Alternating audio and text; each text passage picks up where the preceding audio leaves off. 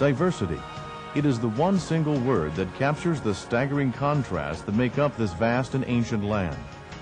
To begin with, there is her geography.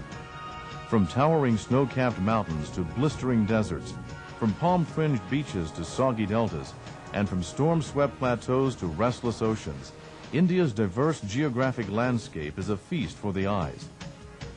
India's people are equally diverse. 950 million individuals, 1/6 of the world's population, call India home. It is just 1/3 the size of the United States, yet boasts nearly 1,000 languages and dialects. It is the world's largest democracy, fielding more than 20 political parties. 5 decades after gaining independence from Britain, India is still struggling to balance her political ideals with a diverse population that pulls this country in many different directions. Maintaining unity in the face of such diversity is no easy task for a nation, but if any country can do it, surely it is India.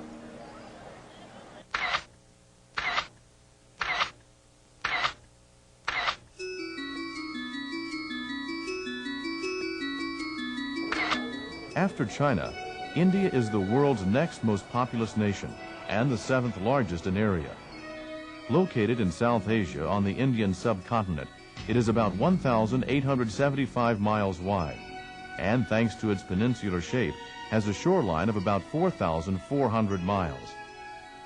The major cities of India are Bombay, Calcutta, Madras, Hyderabad, and New Delhi, the capital. New Delhi and Old Delhi sit side by side in the Delhi Union Territory, a federal district similar to Washington, D.C. Delhi has much to offer the visitor. Medieval forts, palaces, first-rate hotels, shops, and a great contemporary art scene. At the east of Old Delhi's busy main street stands the Red Fort. Its halls, palaces, gardens, and mosques form one of India's most wonderful memorials of the Mughal era, the most famous of the ruling Muslim dynasties. India can be divided into 3 main topographic regions: the Himalayan mountain system on the north, the northern plains which are drained by the Indus, Ganges, and Brahmaputra rivers in the north-central, and peninsular India in the south. The Himalayas form parts of India's borders with Pakistan, Afghanistan, Tibet, Nepal, and Bhutan.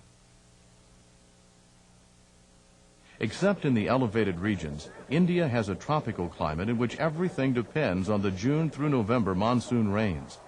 This annual cycle of rain is crucial for the growth of crops and the replenishment of water systems in both rural and urban areas.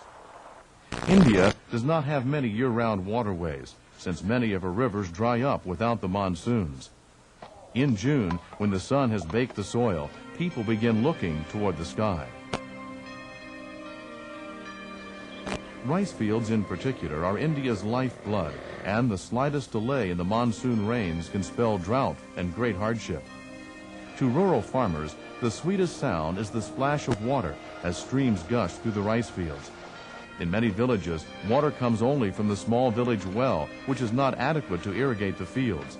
So the monsoon rains are always welcome, even when they fall so heavy and fast that they cause flooding.